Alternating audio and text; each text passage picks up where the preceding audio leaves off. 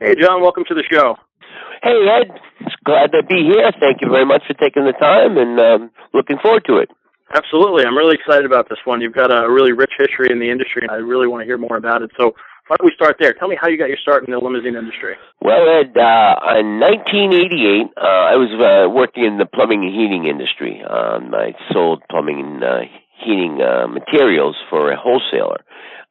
So I used to rent limousines quite often from a gas station where they had 3 stretch limousines, and I was their best customer.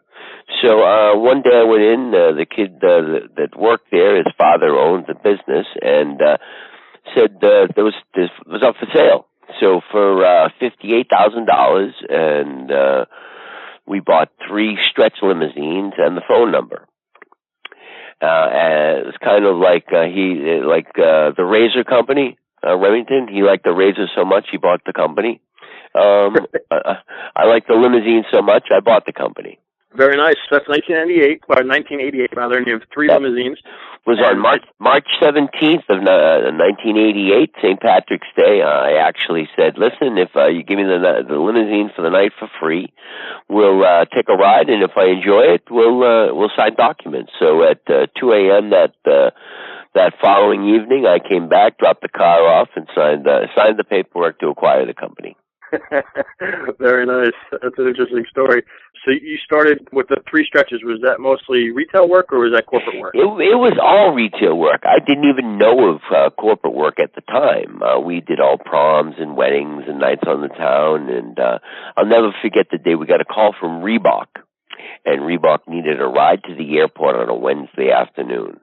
And I was like, oh, man, how is this? The car's going out during the week. So it kind of introduced me to the fact that there was an industry out there that took limousines to and from the airport. Now, back in 1988, the limousine industry was mostly that. Companies like Davell that were hourly minimums and did everything with stretches. Around that same time, Boston Coach had opened up, and they were, at that time, just doing work for themselves. But as they started developing their company, they put a lot of assets into introducing the Boston area to black car service or airport transportation service. So they were instrumental in building a market where we would then compete with them on price and service, and we were able to build the company pretty quickly since then. Gotcha, okay. And how large did you get that prior to selling off that business? Well, in 1988, we started with the 3 stretch limousines. I went on to buy a franchise called Lero's Point to Point. Lero's, Chris and John Nikes are still around down in New York. It was owned by a gentleman named Lonnie Lear and John Nikos. That's where they came up with Lero's. So in buying the franchise for the Boston area, they gave us back office information, how you dispatch, how you sell, and we came back and we operated as Lero's Point to Point for about 4 years. At which time we decided to move on our own, changed the name of the company back to CTS, Custom Transportation Service, and later to CTS International. Very interesting. And how large was the fleet at that point? We sold the company at 55 vehicles and about $5.5 million of revenue. Gotcha. Wow. And who did you sell it to? I sold to Carey International. It's kind of an interesting story. There was a consolidation going on in the industry at that time. As you can remember, I think Coach USA was the first entity in the transportation sector to ever go public. Well, the idea was Vince Wolfington and Don Daly got together with Manhattan International, merging their companies together prior to the IPO. So they came out at the IPO at about $11 a share and at about $30 million of revenue. So at the end of our tenure with CTS, we sold at about $5.5 million. Gotcha. Okay. Tell me what that's like, being acquired by a larger business. Was it an intimidating process? How did it start? Did they come out to you? Did you go to them? What was that like? I was involved in a 20 group with Craig DeFabio, and Craig owned Indy Connection out in Indianapolis. Very successful company. I think he had the largest EBITDA that I've ever seen in the industry. And you're familiar with the 20 groups, how they operate. We get together. Yeah, you get together quarterly. You share financial information. Larger, like mastermind groups. Yes. So Craig had mentioned to me that Kerry was interested in buying him, and he's going through right now that then they were paying good money for him on a multiple of earnings, and that I should take a look at it. So I got in touch with Devin Murphy at the time, and we started the ball rolling. At the same time, I've got inquiry from Coach USA, John Acerno's group, and a couple of others that were interested in breaking into the Boston market. And because we were a self-owned company, independent of affiliate networks and any other national affiliations, and that we had such growth over the time we were in business, we were well managed and well run operation, that it seemed that all of these groups were very interested in bringing us on board. And what was that with the acquisition? You went on to work with Kerry for a period of time after the fact, correct? Yeah.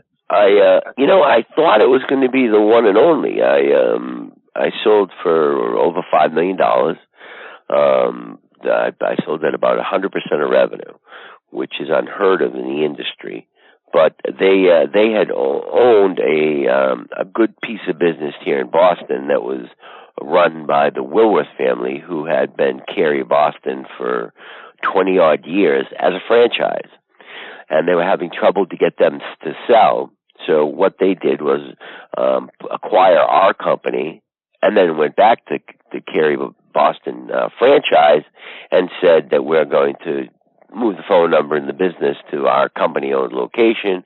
They ended up selling to Kerry, so we merged the two companies. Interesting. So after the acquisition, how long did you work at Kerry? I stayed with them for about 4 years. I originally stayed on as operations in New England. We did a couple of other acquisitions, Larry White from American Livery, Phil Gilpin from Ace Transportation, and then a couple small ones in Rhode Island, and merged them, and then took Kerry Limousine of Boston, which was located over in Somerville, put them all together in our Braintree location, when it moved into a new building, and we got started from there. Wow. And kind of a funny story, too, at the very beginning, when Kerry bought Kerry, the franchise, they had the chauffeurs had organized. So out of the 36 chauffeurs, 27 of them had filed union papers where they were interested in organizing. So my very first job with Kerry International was to meet with the chauffeurs, let them know that it was a good company, and have them sign off of being, becoming union. Obviously, we didn't want to organize the company at that time. So I did just that. I met with all the chauffeurs. We put together the chauffeur groups, their chauffeurs and mine. And after 30 days, the union held a meeting, and 26 rescinded, and 2 didn't show. So the union just gave up on it. Very nice. Okay.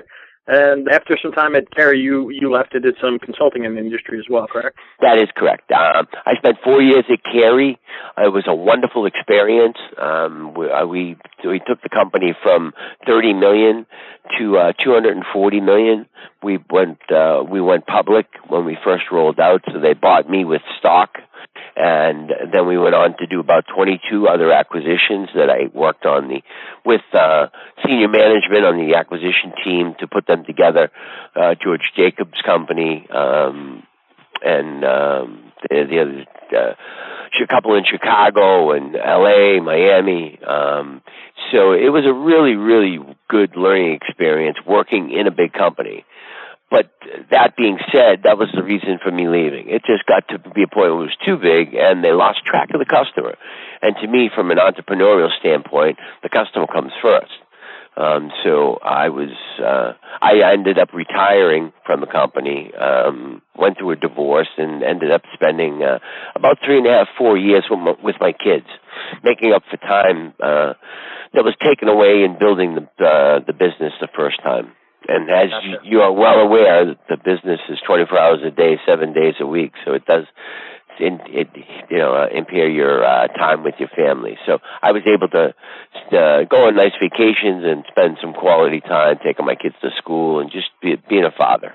That's very nice. So let's talk about present day, or take me back a couple of years when you started ETS, which is your current company in Boston.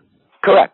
So after my non-compete expired, it was about 2005, and David Sealinger at Empire International had just acquired CLS. David and I go back many years. I've got the utmost respect for him and what he's done building that company. So they were looking for somebody just to help out, seeing what you had and putting them on the same system, the phone systems, the operating system, the dispatch systems, and even the organizational chart, the job descriptions. So it was fun. I ran San Francisco with Johnny Thompson, and then Aspen, and then ultimately moved to New Jersey for a year and a half, where we took over CLS New Jersey and moved them over to what was now called Empire CLS. Gotcha. Okay. At what point did you stop that engagement and then get back into the entrepreneurial game and start up again? Well, when that was really a short-term consulting arrangement.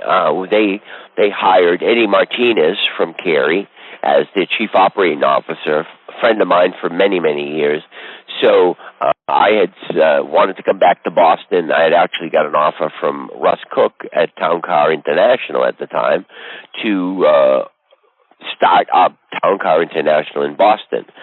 So I came to work for Town Car, came back to Boston. We did a couple of acquisitions and was just in the first 6 months of getting it started when I decided it was in my own best interest to do it for myself. And I'd worked for other people at that time now for 5 or 6 years, and I'm just more built to be the boss and be the one making the final decisions than I am taking orders from others. So gotcha. With that in mind, I resigned from Town Car and opened ETS International, literally in the same office that I was at. They moved Town Car up to the North Shore. I took over the office in Braintree and opened a business certificate, traded in my own family car for an SUV, hit the Rolodex and started calling old friends and passengers and driving them, picking them up, dropping them off to the airport. And that was in September of 2006, and that's how we started ETS International. Very interesting. So even at the beginning of that, you were driving passenger yourself? Absolutely. I'm very fortunate that my brother Peter and I had started CTS together, and so he was at that time still working for Cary, and decided to come in and be my partner here at ETS. So we come back together. And Peter's strong suit is reservations, dispatch, and drivers. I handle sales, marketing, and accounting, and still to this day, we work together in that manner, where he's the vice president, general manager, and I oversee the acquisitions, the company growth strategy. In 2008, we took on a couple of investors so that we would be solid from a financial standpoint. And so I've got two wonderful men on the board, on our board of directors, and they were able to give us the financial wherewithal to continue on our growth strategy to build ETS into what we hope someday will be a $10 or $15 million local Boston-based executive ground transportation company. Very interesting. And, right out of the gate, you guys had some pretty tremendous growth. Was it all reactivating past clients and then doing some acquisitions? No. I've always been big into marketing, so we consolidated a bunch of old lists, the Business Travel Association local, the Global Business Travel Association, the MPI, and then we bought some lists of companies that do over $10 million in air. So we hired a telemarketing service where they would take all of these leads. We would do a monthly e-blast.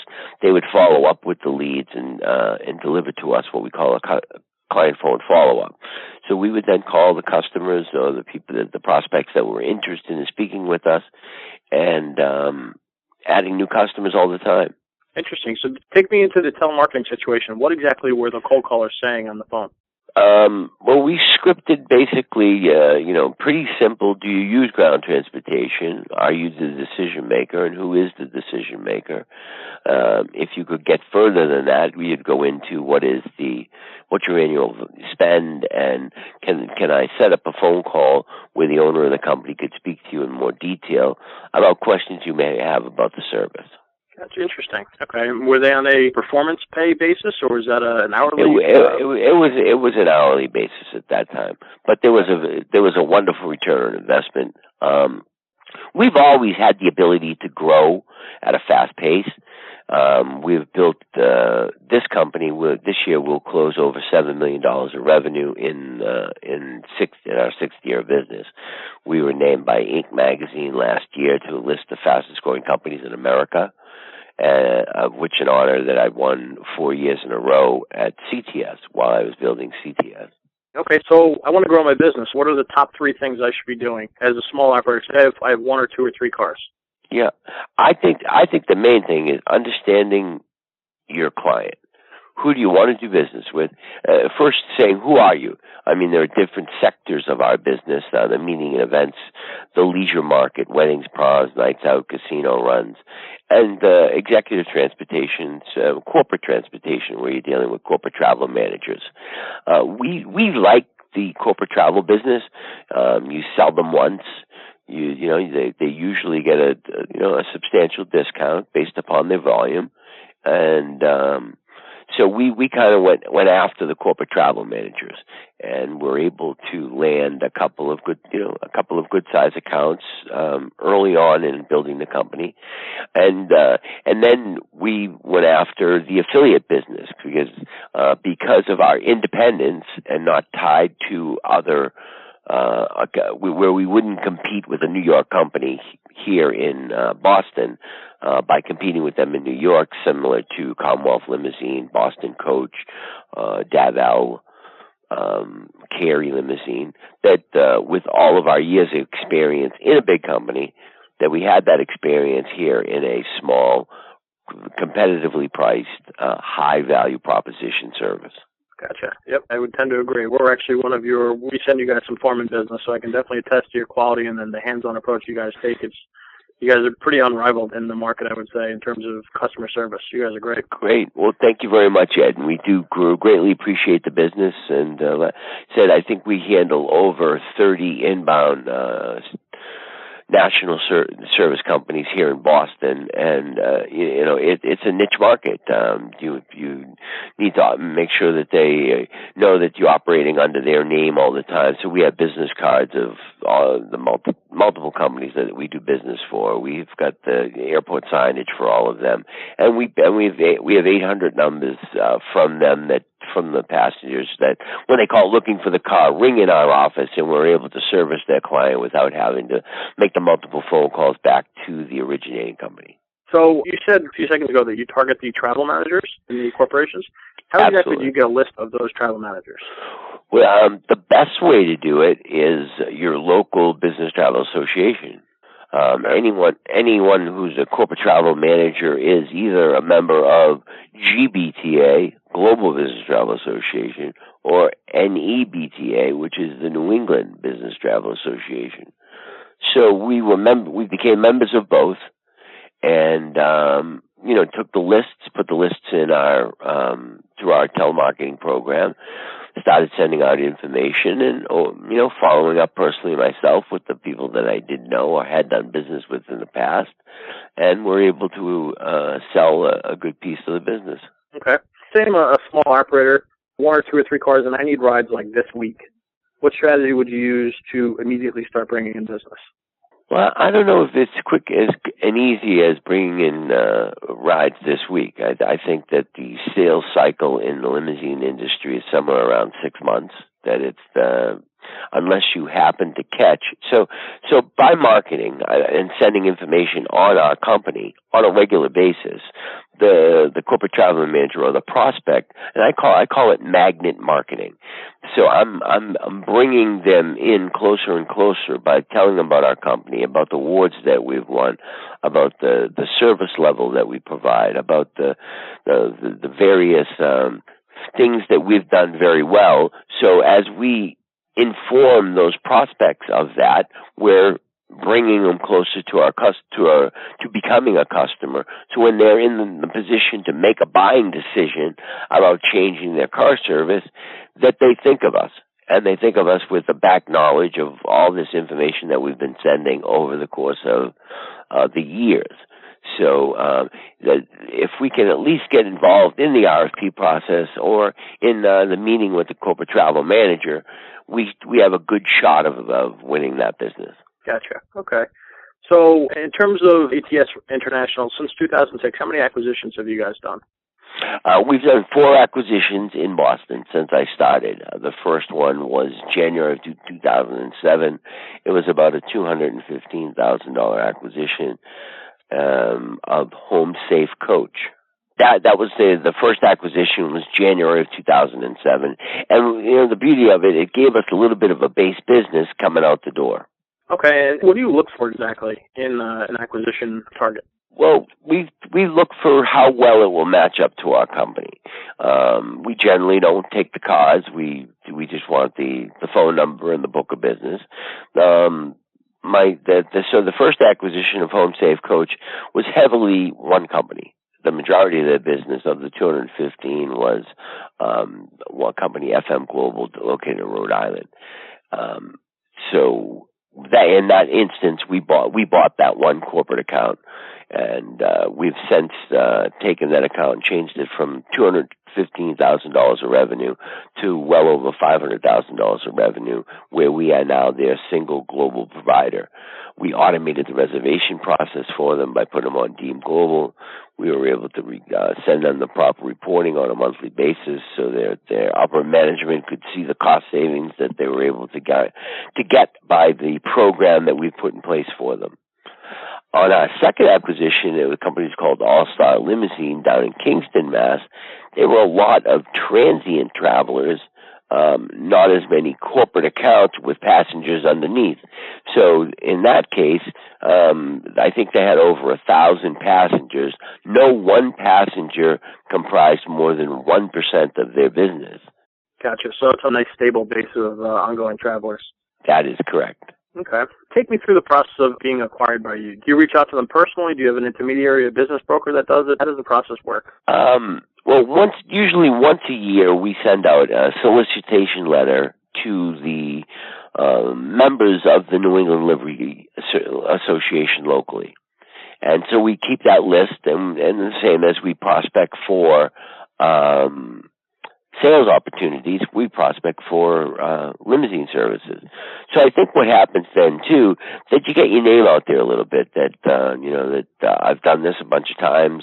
I could sit and go to dinner with any of the acquisitions that we've done. That we've given them exactly what they've asked for as far as financial compensation and paid on time, and that they've walked away with what they were looking for. Which is really what you're doing in the acquisition is to try to ensure that if they're looking for just money, that's one thing. If they're looking to stay on and have a good position with the company, that's another thing. And we've done all different types. Some of them with the owner, has left within a week. Last acquisition purchased Exceptional Limousine, which is in Milford, Massachusetts, and they are a little bit more retail-orientated, where they have stretch limousines, and we do weddings and proms and nights on the town, casino, and sporting events. But in his situation, Eric was he was looking to get out of the money side of the business and the aggravation that comes with monthly bills, and he was looking to be able to get rid of that, but he loved the business. So we maintained his employment here at the company. He's still with us today, doing a great job. We've lost no revenue there, and we've been able to grow the company by a couple $100,000 on the $1 million of business we bought.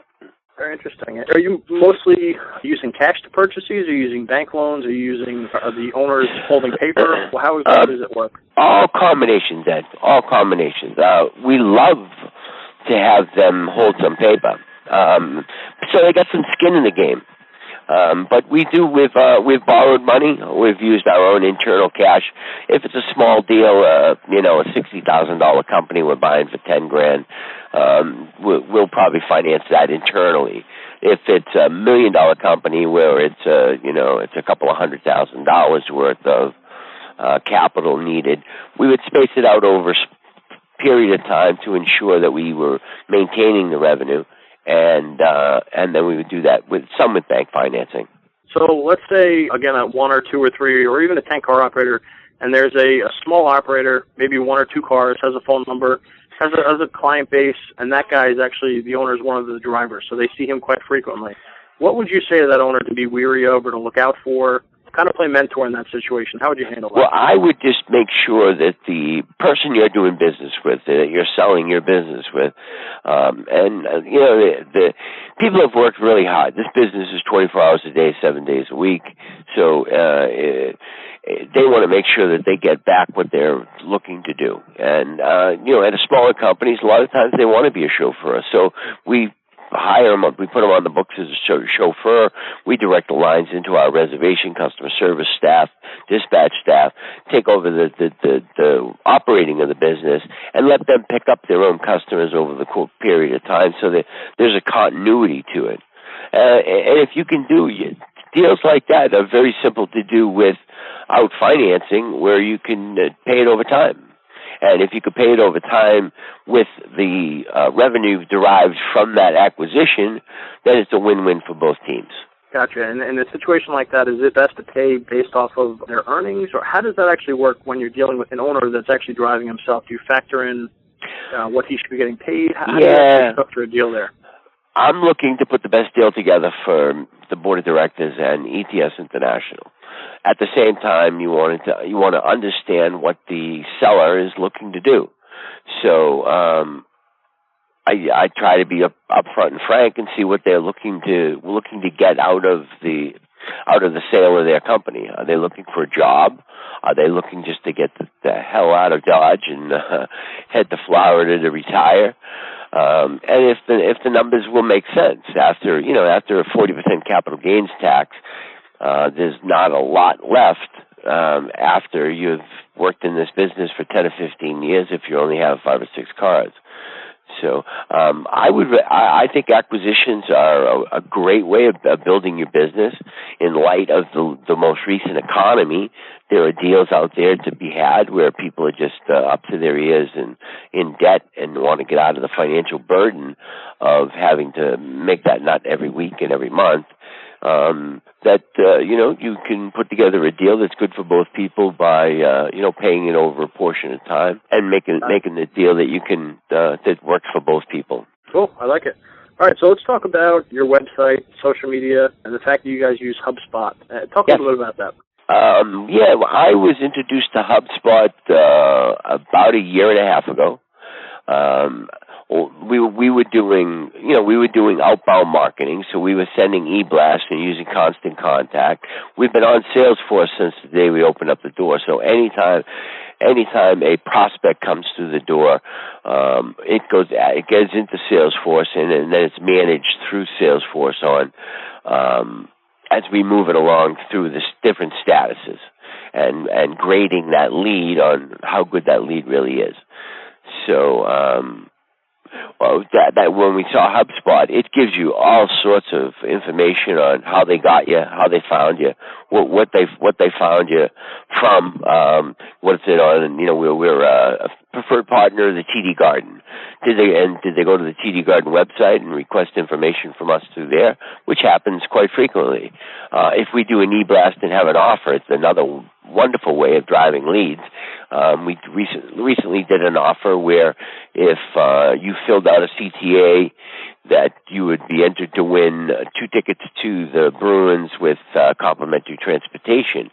We got over 830 hits to the website and 332 leads, new leads that came on for that, just on that one email campaign. Wow, very interesting. And you guys are working with inbound marketing agents? Yeah, I met Bill Faith when he was running the Limousine company.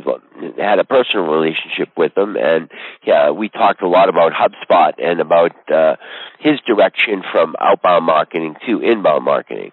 And I was in total agreement with him on that being the wave of the future. I mean, in today's sales world, it's very difficult to get to get an appointment, to get in to see someone. You can't just cold call like you used to. You can't even get into a building anymore. So I had a lot of people would say, just send me information. Send me information. So that we took it one step further by putting together through HubSpot all of our campaigns, and then the campaigns behind it have what we call workflows. So if client comes onto the website, fills out the CTA to be entered in to win the prize, they get a letter. So thank you for your information. Although you didn't win, we'd love to do business with you in the future. And they get an email from me 7 days later, 21 days later, and then every month with thereafter through our email campaign. So all of the different workflows. And each type of customer, we group them by transient, corporate, leisure, sporting events, nights in the towns, weddings, and we send them correspondence that's specific to what they were looking at on the website. Gotcha. Okay, it's very important to niche down. This is all done automated through HubSpot? Yes, it's all automated through HubSpot. Gotcha. Okay. And what's your take on social media for the limousine industry? Are most businesses, are they doing it right? Are they doing it wrong? What's your approach to Facebook, for example? Well, I'm a huge social media fan.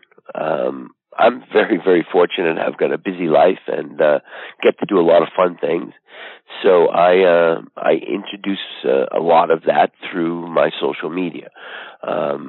I think that when you look at HubSpot, it tells you, you get a graph every month, a pie chart that says how many people went to your website, and how did they get there? Did they come organically? Did they come through a CTA? Did they come from an offer?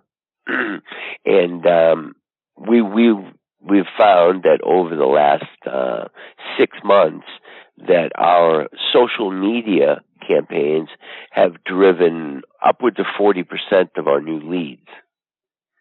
Wow. So for instance, if I write a blog, and we write 2 blogs a week, and I send the blog out through my Facebook and then through my ETS Facebook, then we also send it to the groups in LinkedIn. So I'm a member. You can be a member of up to 50 groups specific to the limousine industry, specific to corporate travel management or concierge. So as a member of those groups, we post blogs into the groups and try to get comments and try to get dialogue with people who we don't know. Again, going to the magnet marketing idea where we're pulling these prospects in, making them understand who we are and what we do and some of the fun things that go on around here. When they're making a buying decision, that we're the one they want to call.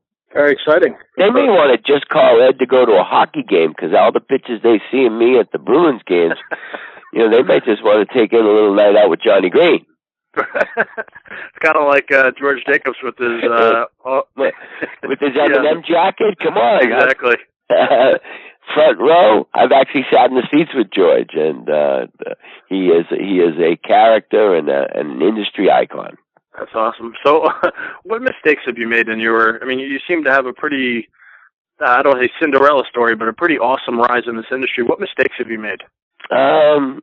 I like to think if I'm not making a mistake every day, I'm not trying hard enough. There's the old Abe Lincoln story. If you look at all the failure that he had in his life, and ultimately become such it changed the face of the nation at the end of it. So I myself, and I empower my entire staff that I would rather them make a wrong decision than to make no decision, because that to me is the worst thing that you could do.